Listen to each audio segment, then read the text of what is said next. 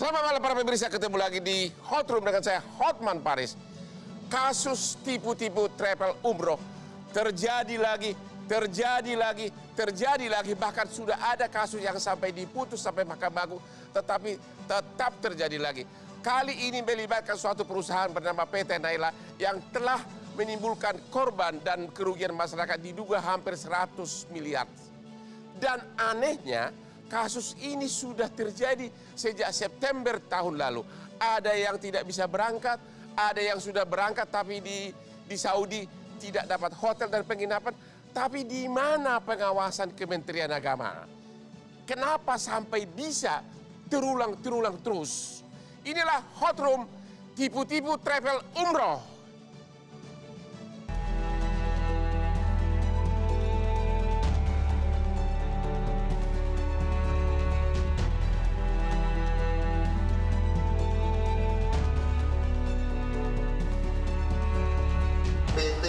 Naila Safa Wisata memiliki 316 cabang di seluruh Indonesia, di mana yang berizin hanya 48. Kemudian yang dijanjikan berangkat tanggal 18 September 2022 untuk kembali tanggal 26 September 2022. Faktanya tidak diberangkatkan pada tanggal 18 dan hasil penyelidikan kami ternyata visanya tidak diurus. Yang lebih fatal lagi, setelah sampai di Arab Saudi, sesuai jadwal akan pulang pada tanggal 7 Oktober, ternyata mereka tidak pulang. Akhirnya kebingungan di sana para jemaah menghubungi konjen RI yang ada di Jeddah, kemudian menghubungi Kementerian Agama. Dengan daya upaya dari Kementerian Agama, akhirnya jemaah bisa dipulangkan.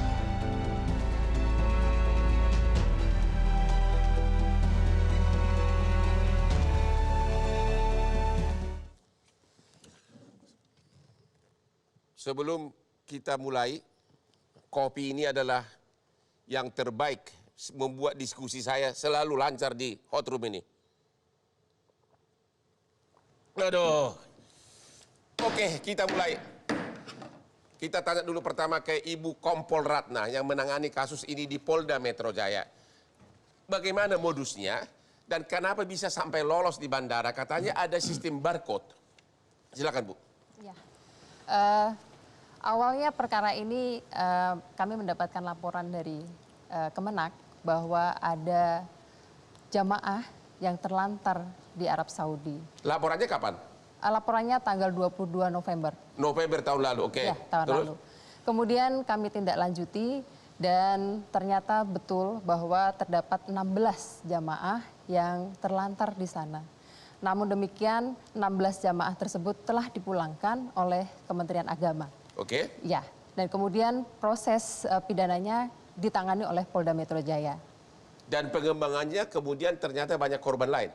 Nah, ini kami merespon ya adanya euforia dari masyarakat Ya. ketika pandemi mereka tidak dapat melaksanakan ibadah umroh. Ya. Dan kemudian ternyata ini dimanfaatkan oleh oknum-oknum gitu ya untuk mengambil keuntungan gitu. Ya. Dan kemudian pada akhirnya ternyata banyak laporan di bulan Agustus, Ya. Agustus, September, Oktober. Dan kemudian dibuatlah Satgas Mafia Umroh. Dan Oke. kemudian kami menjaring beberapa laporan di Polda Metro Jaya, itu sekitar 24 laporan polisi. Itu Atas hanya perusahaan yang sama atau ada beberapa juga yang berbeda, tetapi Oke. mayoritas adalah dari PT Naila. yang sudah jadi korban berapa? Saat ini kami sudah datakan ada 500 lebih. Dari hanya PT Naila ada 500 lebih? Iya, dari PT Naila. Dan kerugian hampir 100 M. Modusnya terutama katanya agar bisa lewat itu harus ada barcode. Bagaimana caranya menyiasati agar barcode ini nggak bisa diatasi? Nah, jadi mereka kan dijanjikan untuk berangkat pada Ya. tanggal 28 September itu. Ternyata mereka tidak berangkat karena visanya juga tidak diurus ternyata, Bang Hotman. Visanya pun tidak Visanya diurus. tidak diurus.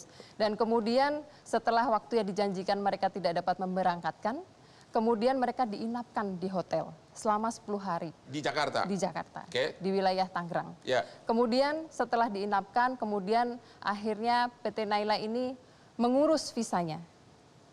mengurus visanya dan kemudian akhirnya bisa berangkat gitu. Ya. Bisa berangkat tetapi mereka menggunakan QR code dari jamaah terdahulu.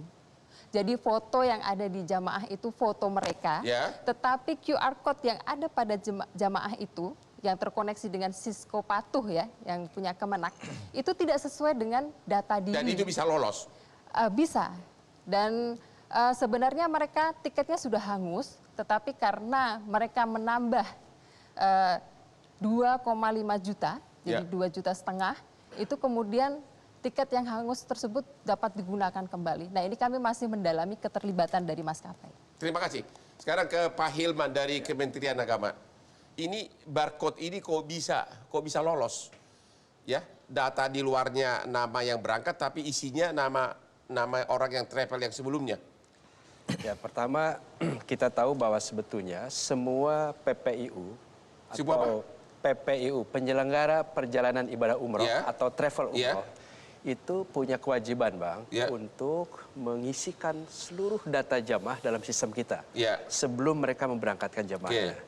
Nah, itu kewajiban mereka. Tetapi ya namanya lembaga usaha, ada yang taat, ada yang rajin. Berarti nama itu dimasukkan dalam barcode? Database kita. Database. Itu melalui data, itu nyambung ke barcode-nya? Ke kita, ya.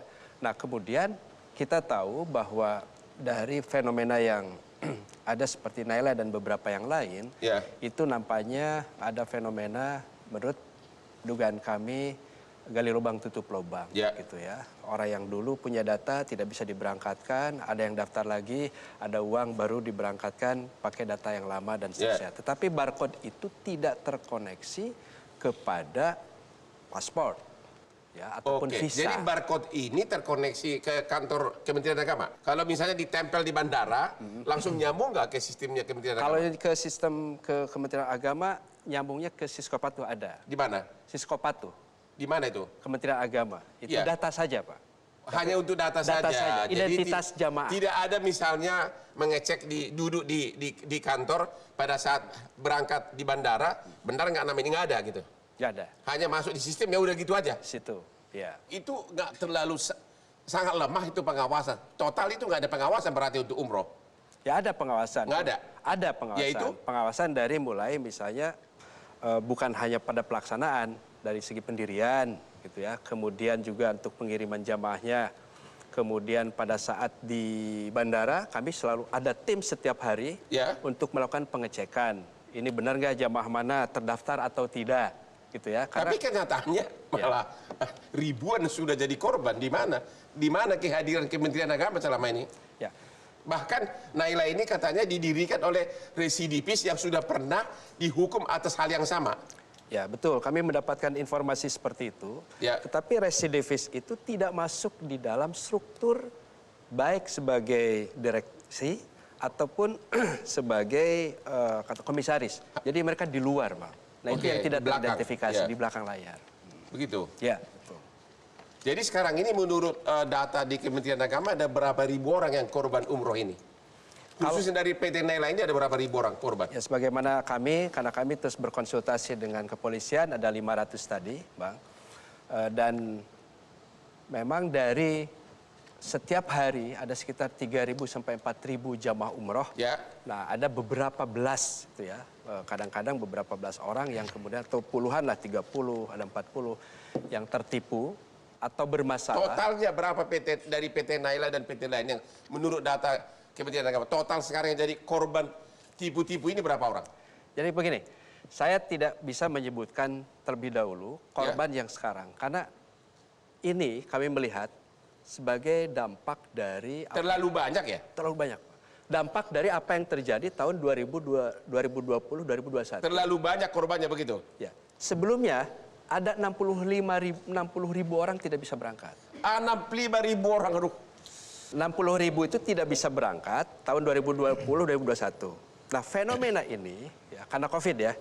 Tapi kemudian kita tahu banyak travel itu yang struggle dengan biaya operasionalnya, uangnya kepake, uang sudah dibelanjakan, uang sudah sewa hotel. Nggak bisa berangkat. Nggak bisa berangkat. Nah sehingga sistemik terus bagi travel yang kurang sehat, dampaknya mereka kemudian memanfaatkan atau menutup dirinya dengan... Ini kesempatan. berkesempatan untuk menawarkan. Oke, kita istirahat dulu, kembali setelah jeda berikut ini.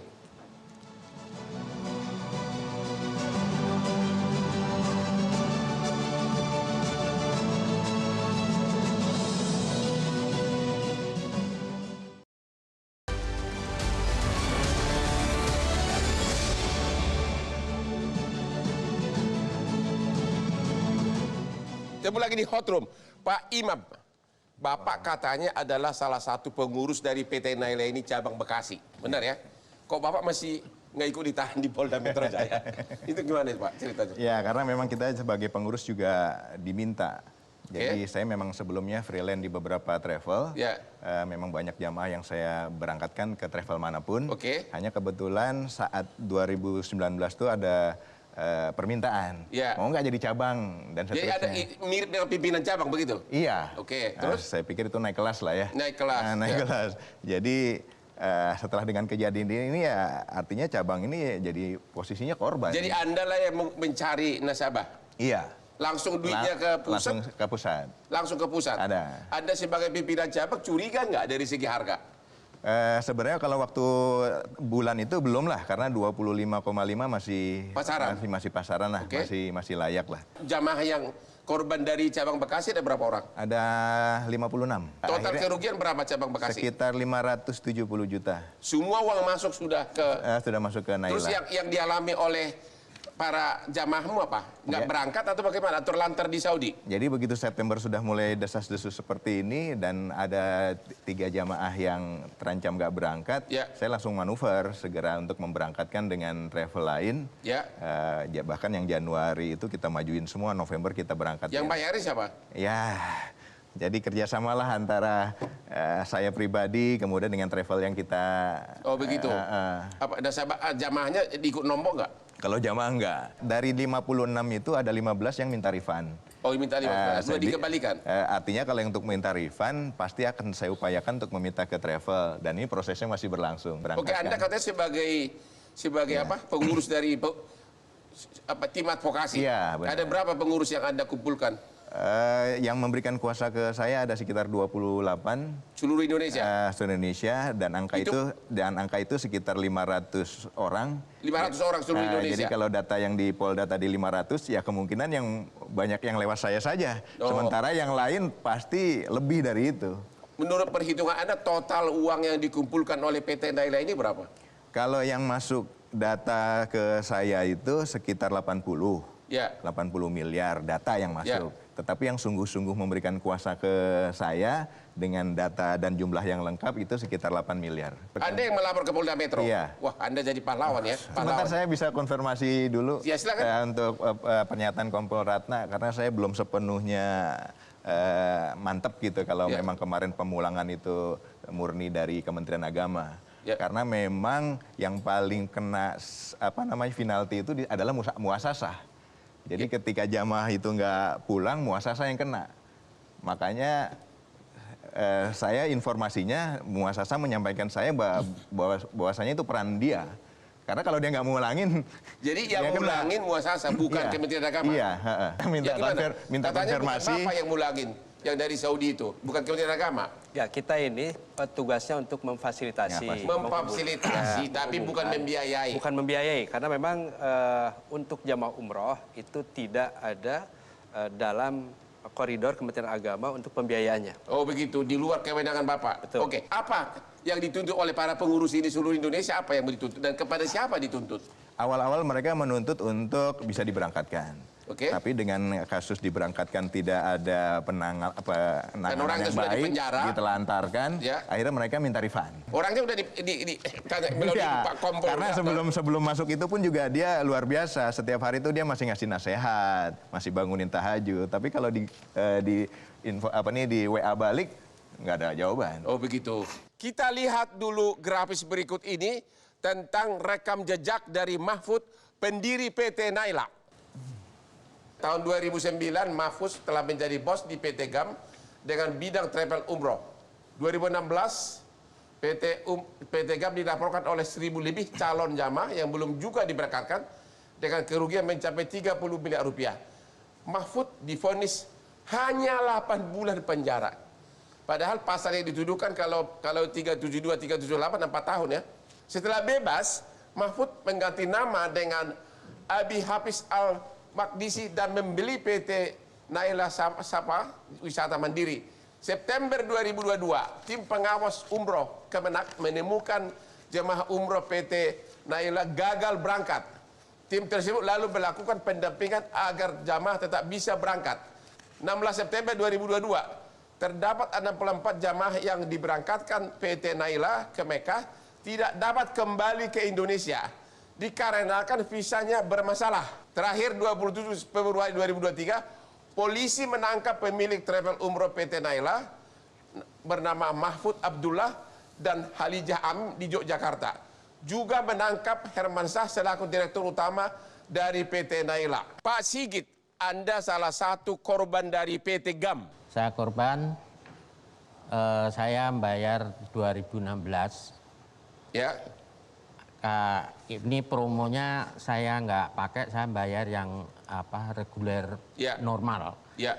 Dengan harapan setelah lunas dalam 1-2 minggu bisa berangkat karena paspor semua udah siap. Ya.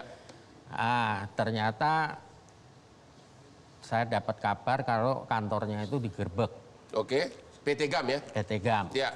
Nah, setelah PT GAM digerebek, beliau keluar. Si Mahfud ini? Ya, Mahfud ini saya dihubungin. Oleh dia lagi? Ya, tapi dia sudah ganti nama, PT-nya. Bikin PT baru? PT baru, MBZ, kantornya di Cipondoh. Ya. Nah, setelah di MBZ, dengan janji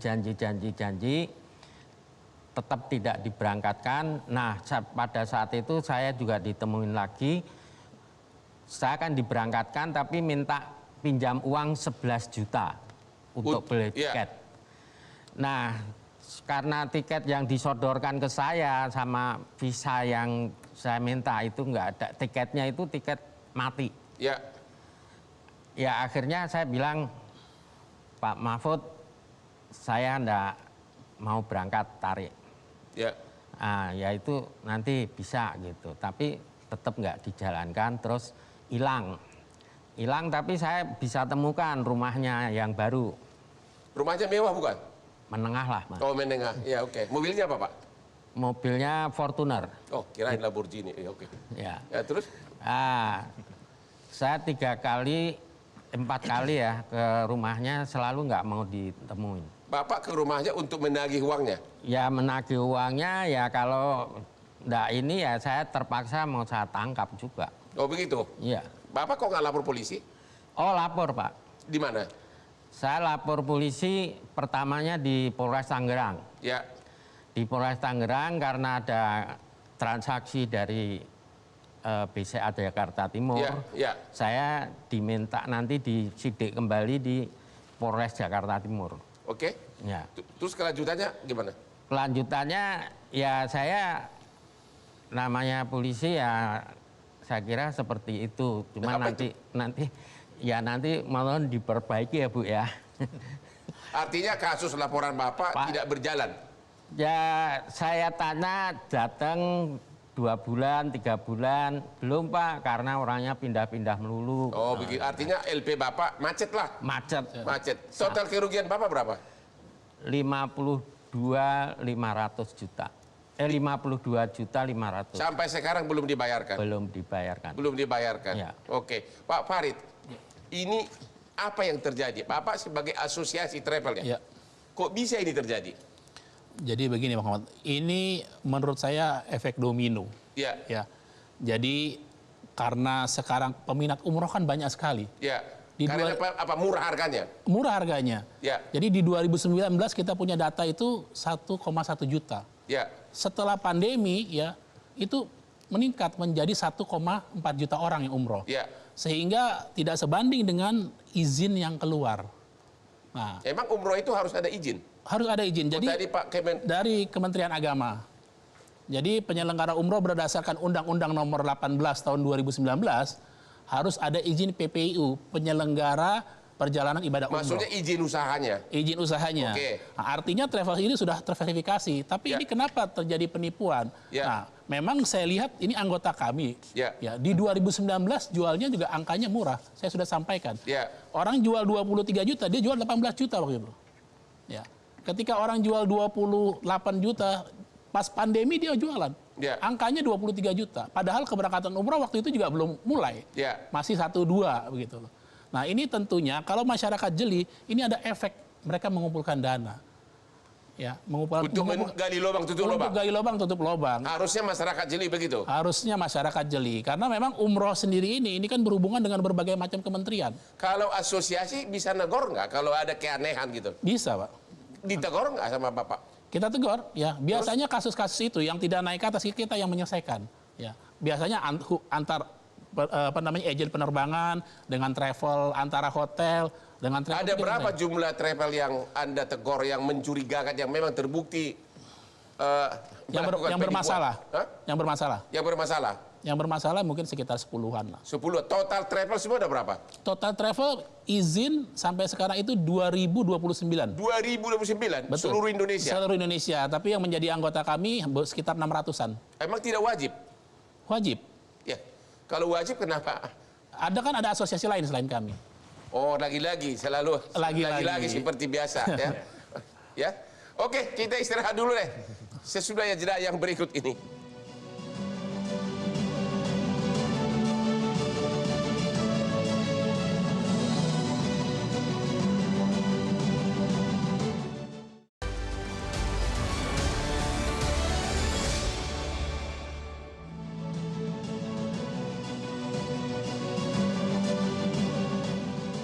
Kembali lagi di Hot Room dengan kopi kesayangan Hotman, White Coffee. Membuat saya berdebat selalu jadi lancar.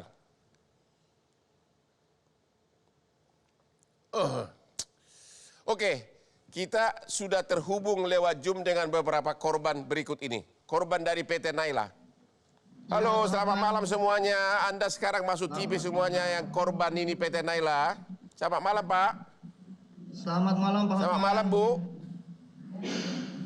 Yang dari Jambi bisa menceritakan apa yang dialaminya, kerugiannya. Iya, Pak Hotman.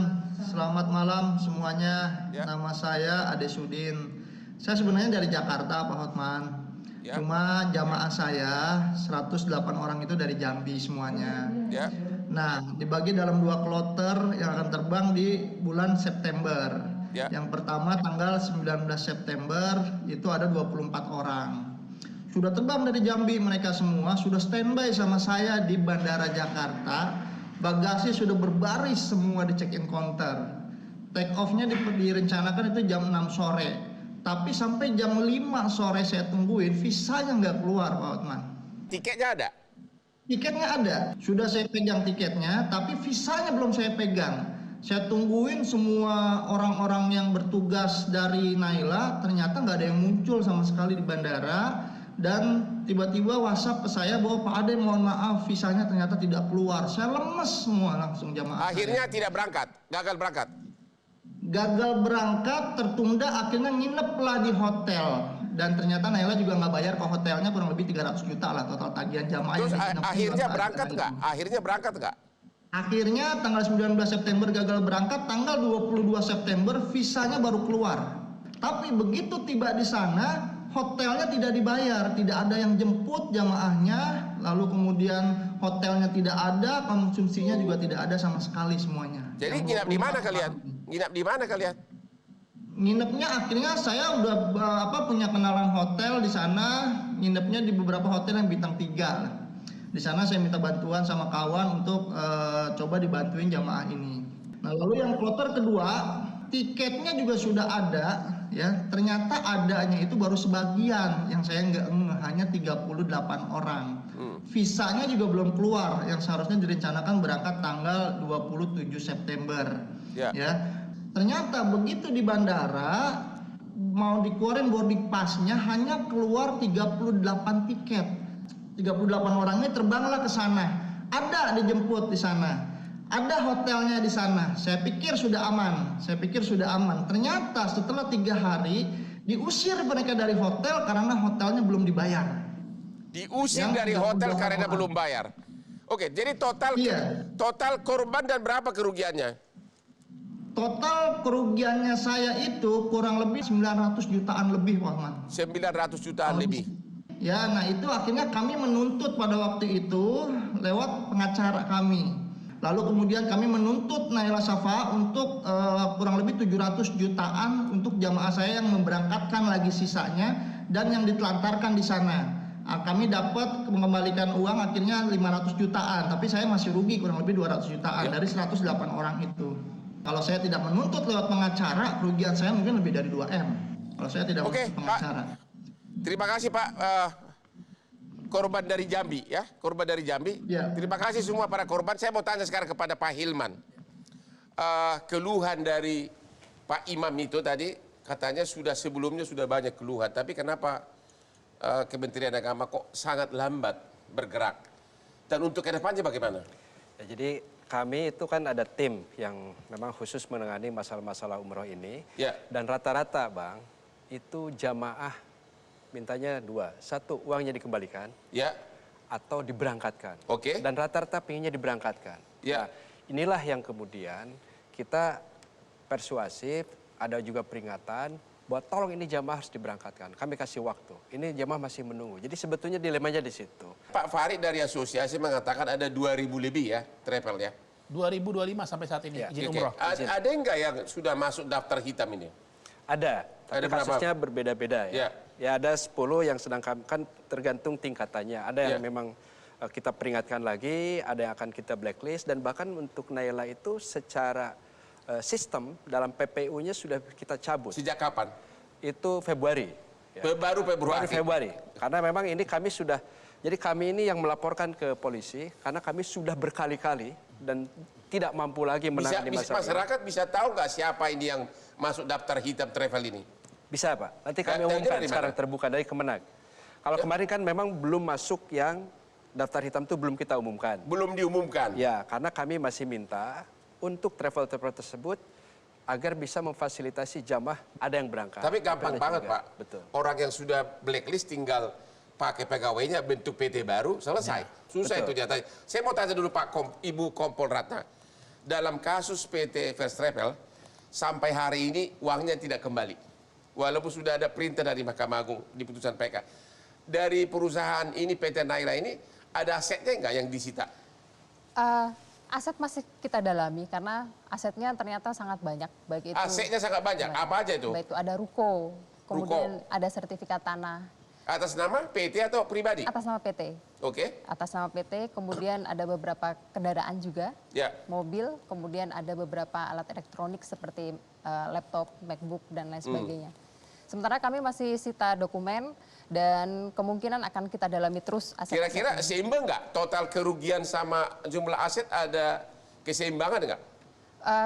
Saat ini masih kita datakan terus Bang Hotman, karena kemungkinan juga mungkin di atas namakan saudaranya. Jadi kita masih periksa aliran dananya. Perkiraan Ibu bakal bisa kembali nggak ini uang para jamaah? Itu tergantung nanti ya. Putusan pengadilan? Terapkan dengan Undang-Undang TPPU, mudah-mudahan saja bisa kembali uang. Begitu ya, mudah-mudahan ya. Saya mau tanya Pak Farid. Setuju nggak kalau misalnya setiap travel umroh itu harus kasih bank garanti di Kementerian Agama? Setiap perusahaan travel ini kasih uang jaminan yang disimpan oleh Kementerian Agama, bagaimana? Setuju. Itu lebih ini terjamin. menunjukkan kualitas memang perusahaan yang punya modal dan bertanggung jawab. Sehingga nanti kalau ada jamaahnya yang terlantar, tinggal Kementerian Agama pakai uang ini. Betul. Kenapa selama ini nggak kepikirkan itu Pak? Sudah begitu banyak korban. Sudah ada. Sudah ada atau baru kepikirkan sesudah Hotman Paris sarankan? Sudah ada, tapi memang jumlahnya kecil. Ya. Jadi sejak saya masuk dalam tahun 2021, itu sudah ada bank garansi untuk PIHK yang haji khusus dan travel umroh. Cuma jumlahnya itu masih kecil. Kenapa tidak diwajibkan tanpa setor uang jaminan ke kasnya Kementerian Agama, izin cabut? Kalau jaminan berapapun menurut saya, kalau memang mental orangnya, karena kan orang travel ini tidak teredukasi dengan baik. Ya, jangan keluarkan izin. Nah itu dia, mungkin verifikasi. Karena ada dua nih Bang, kalau menurut saya marketnya. Marketnya mereka yang direct kepada jamaah, sama mereka yang jualan kepada pengepul-pengepul, para tokoh-tokoh. Nah ini sebenarnya banyak masalahnya ini yang mereka yang menjual melalui toko-toko. Ya. Nah, tokoh A ya kan jual karena paketnya murah di Naila, dia datang ke Naila. Ya. Nah, ini yang perlu diinformasikan. Ada juga jamaah yang memang direct ke Naila karena paketnya murah. Kalau melalui toko kan sekaligus masuk 50 orang, 100 orang gitu loh. Maksud saya kalau setiap travel, ya perusahaan travel umroh ini setorkan misalnya 5 miliar ke Kementerian Agama sebagai jaminan selamanya. Dan oleh Kementerian Agama diumumkan di masyarakat, inilah perusahaan yang bonafit, yang pantas, yang layak untuk menjual travel seperti ini. Apa itu merupakan solusi? Salah satu solusi mungkin yang bisa didiskusikan. Bapak juga keberatan? Tidak keberatan. Ya. Tidak keberatan. Cuman kan memang ada undang-undang juga Pak Dirjen tentang kemudahan berusaha, ya kan? Yang mereka melalui OSS itu bisa semuanya online tanpa verifikasi keuangan. Sedangkan yang dikelola adalah uang masyarakat atau dibikin klasifikasi. Ya. Dibikin klasifikasi. Gimana Pak? Setuju? Ya, saya setuju sekali. Dan dalam diskusi kami terakhir ini, karena dulu itu ada relaksasi karena COVID, Pak Hotman. Jadi ada relaksasi sehingga kemudian uang jaminan itu karena operasional dari travel itu dalam 2 tahun nggak bisa berangkatkan siapa-siapa, diambil. Ada relaksasi. Jadi 2 tahun terakhir. Lagi. Nah ini yang akan kita terapkan sebetulnya rumusan mengenai jumlahnya. Sekarang pun masih ada, tapi jumlahnya kecil sekali. Oke, kita istirahat dulu. Setelah jeda berikut ini kembali lagi di Hot Room.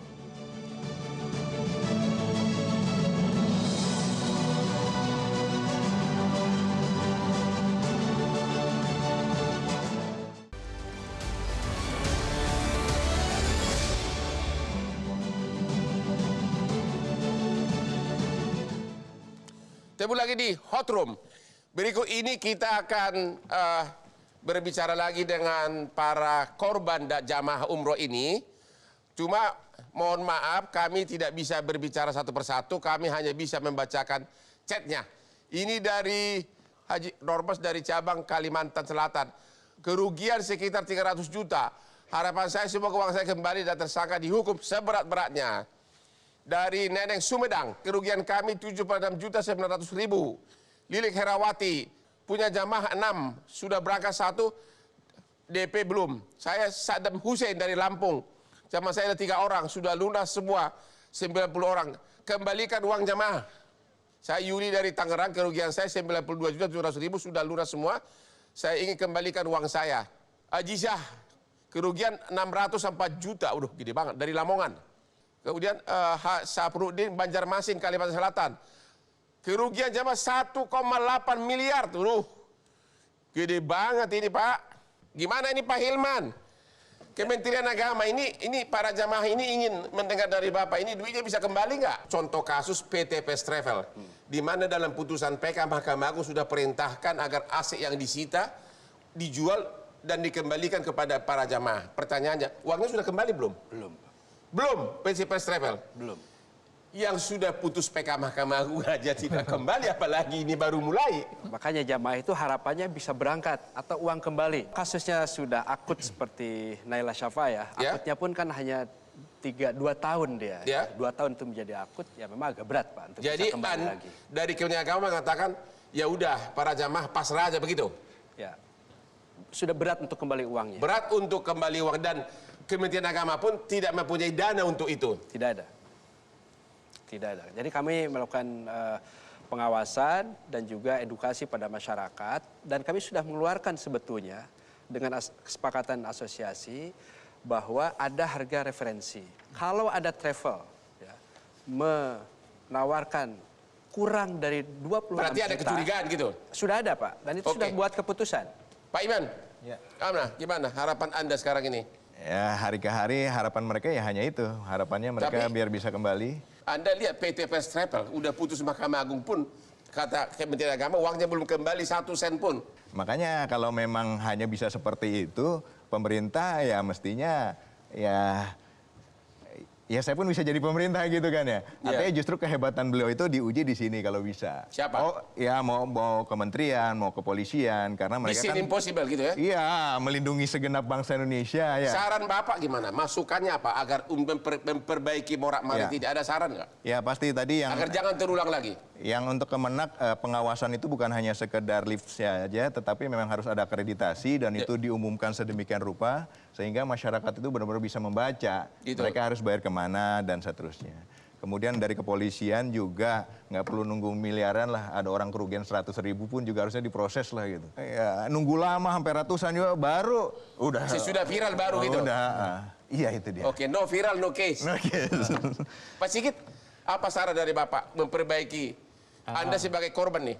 Dari Depak itu tolong paling tidak sampai ke perwakilan departemen kecamatan itu diberitahu atau enggak bisa lapor juga ke kecamatan. Untuk laporkan apa? Ya kalau misalkan kita udah tahu kalau apa ada kecurigaan, ada itu ya bisa lapor. Jadi karena saya pernah kumpulkan, yuk datang ke Depak. Nggak taunya wah jauh Pak, jadi macam-macam gitu. Kita ini kan jamaah, 70% tuh orangnya udah sepuh Pak.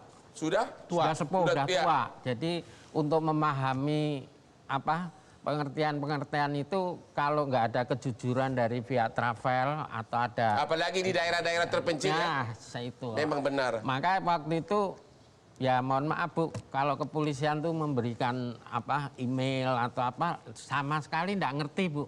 Ya, saya tahun 2007 itu bawa jemaah itu mayoritas sepuh dan 20% tuh enggak ngerti bahasa. Begitu ya? Ya. Jadi tolong di samping ada ini ya saya bilang itu tadi di tingkat kecamatan atau paling dekat dengan lingkungannya itu bisa memberikan edukasi. Gini. Ya itulah masukan dari Bapak ya? Ya. Sebagai korban? Ya. Oke. Ibu Ratna, Kompol Ratna, apa solusi atau masukan dari Ibu? Untuk PT Naila ini Pak, ternyata banyak sekali laporan polisinya. Ini on proses semua Bang Hotman. Tapi baru viral sesudah di Polda Metro? Baru viral setelah kami tangkap. Oke, yang lain tidak pernah ditangkap? Dari bulan November sampai dengan Februari kami mencari pelaku nih, karena sangat licin Bang Hotman. Ya. Jadi tinggal di Tangerang, kemudian pindah lagi, dan kami terus tuh kirim anggota untuk memantau, Bang Hotman. Ya. Dan kesulitan kami juga berganti nama. Oke. Nah, jadi masyarakat mengenalnya itu bukan Pak Mahfud lagi, tetapi Abi Hafiz Al-Maqdisi. Jadi seperti yang Pak Direktur sampaikan bahwa pola yang kami terapkan Polda Metro adalah hit and fix. Kami pukul mereka melalui penegakan hukum, kemudian kita perbaiki. Maka itu Polda Metro menggandeng Kemenak, kemudian asosiasi juga untuk melakukan edukasi kepada masyarakat. Supaya mereka tidak mudah tertipu, Bang Hotman. Gimana solusinya agar jangan lagi mudah tertipu oleh travel bodong begini? Nah, kita edukasi ke masyarakat bagaimana mereka tidak tergiur dengan harga murah. Mereka harus cek dulu, Bang Hotman, kredibilitas dari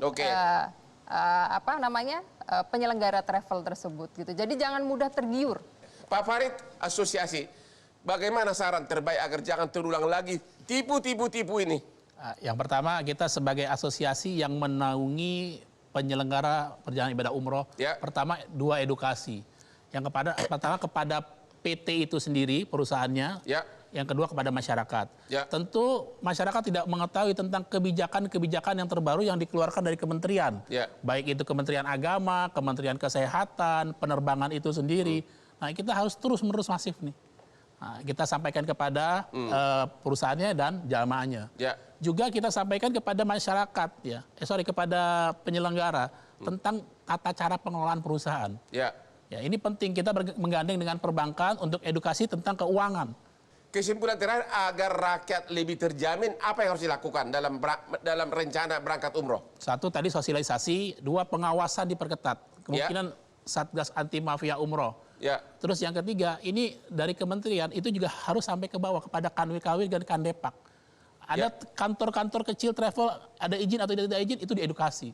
Sehingga nanti kalau masyarakat tingkat bawah silakan datang ke Kanwil atau Kandepak, dibantu juga dari segi harga. Masyarakat perlu curiga nggak setiap ada harga murah? Harus, karena Kementerian Agama menggunakan harga referensi yang sudah menjadi patokan. Gitu loh. Jadi harga kalau referensi sudah jauh di bawah situ, patut dicurigain. Betul. Jadi harga referensi ini harus disosialisasikan ke semuanya sampai tingkat bawah. Kalau nggak segini, Kalau bisa jangan, gitu. Kalau dia bayar di bawah itu, ya itu tanggung jawab mereka. Karena pemerintah sudah ngasih patokan baik umroh maupun haji.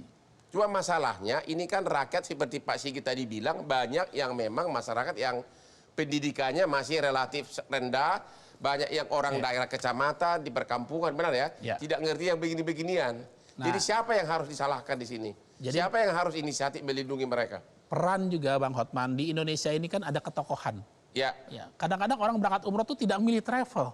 Dia milih tokohnya nih, tokoh A, ya dia milih. Nah, ini juga harus menjadikan peran mereka, tokoh itu mengedukasi kepada jamaahnya. Kadang-kadang nggak peduli itu travelnya apa, tapi kalau ikut sama tokoh A atau ikon A, dia pasti nurut. Nah, ini juga memang perlu tokoh-tokoh ini yang memang sudah biasa memberangkat umroh, didata oleh Kementerian Agama. Sebagaimana haji, kalau haji semua sudah terdata dan sudah pembimbing itu tersertifikasi, sehingga mereka memang yang memberangkatkan benar-benar yang mengetahui tentang pelaksanaan operasional dan lain-lain begitu. Terima kasih. Oke, kita akhiri dari diskusi kita malam ini, dan kesimpulan saya sebagai host adalah sepertinya diperlukan tindakan yang sangat radikal dari Kementerian Agama untuk memberikan perlindungan. Tidak bisa lagi biasa-biasa, apalagi tadi Pak Sigit mengatakan banyak dari peserta umroh ini adalah masyarakat yang pendidikannya masih rendah dan di daerah-daerah terpencil yang tidak mengerti apa itu pasaran harga umroh dan sebagainya.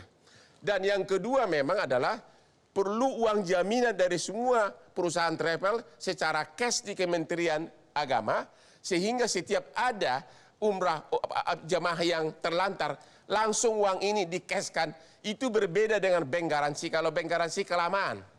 Itulah salah satu solusi terbaik. Dan demikianlah akhir daripada diskusi kita ini. Terima kasih kepada semua para narasumber. Jangan lupa menonton Hot Room setiap hari Rabu jam 9 malam di Metro TV yang hot-hot.